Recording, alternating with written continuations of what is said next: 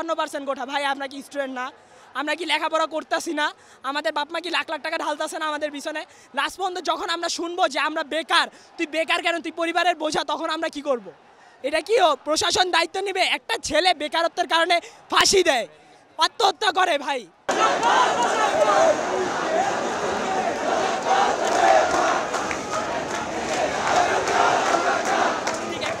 যৌক্তিক আন্দোলনের সাথে তারা কিভাবে বিরোধিতা করে এটা আমাদের কোনোভাবেই মেনে নিতে পারতেছি না, এবং আমাদের এই দাবি যেটা আছে এক দফা, এই দাবি আমাদের মেনে নিতে হবে। এবং আমাদের বর্তমানে দাবি হলো 3টা। প্রথমত হলো কোটা 5%-এর বেশি হবে না। দ্বিতীয় দাবিটা হলো গিয়া প্রধানমন্ত্রী, মাননীয় প্রধানমন্ত্রী যেই বক্তব্য দিয়েছে তা ইতিমধ্যে যত তাড়াতাড়ি সম্ভব প্রত্যাহার করতে হবে। তৃতীয় দাবি হলো আমাদের ভাই বোনদের গায়ে যারা হাত দিয়েছে তাদের যত তাড়াতাড়ি সম্ভব আইনে আশ্রয় নিতে হবে।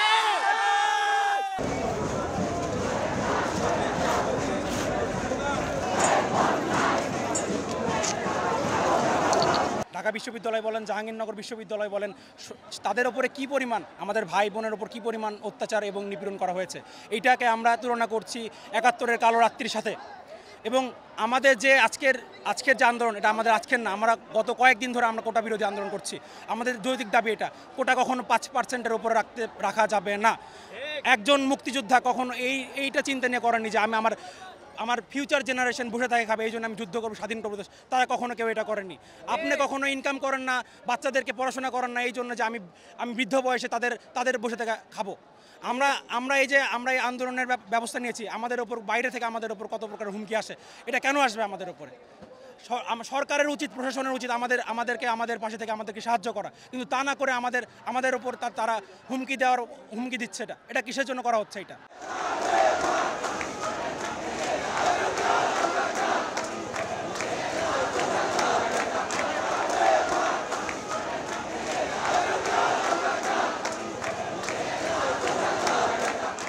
সকালে আমাকে একজন কল দিয়ে বলে, ভাই আপনি তো এবির সমন্বয়ক, আজকে আপনাকে ছাত্রলীগকে হামলা করবে, আপনি সাবধানে থাকেন।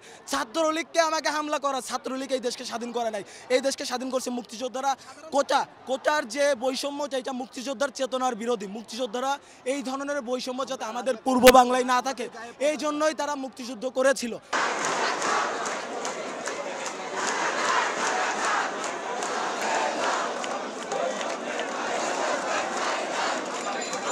যতক্ষণ পর্যন্ত আমাদের এই আন্দোলন সরকার মেনে না নেবে আমরা রাজপথে থাকব। গতকাল আমাদের ভাই ও বোনদের যেভাবে নির্যাতন, যেভাবে রক্তাক্ত করা হয়েছে, আমরা তীব্র নিন্দা জানাচ্ছি।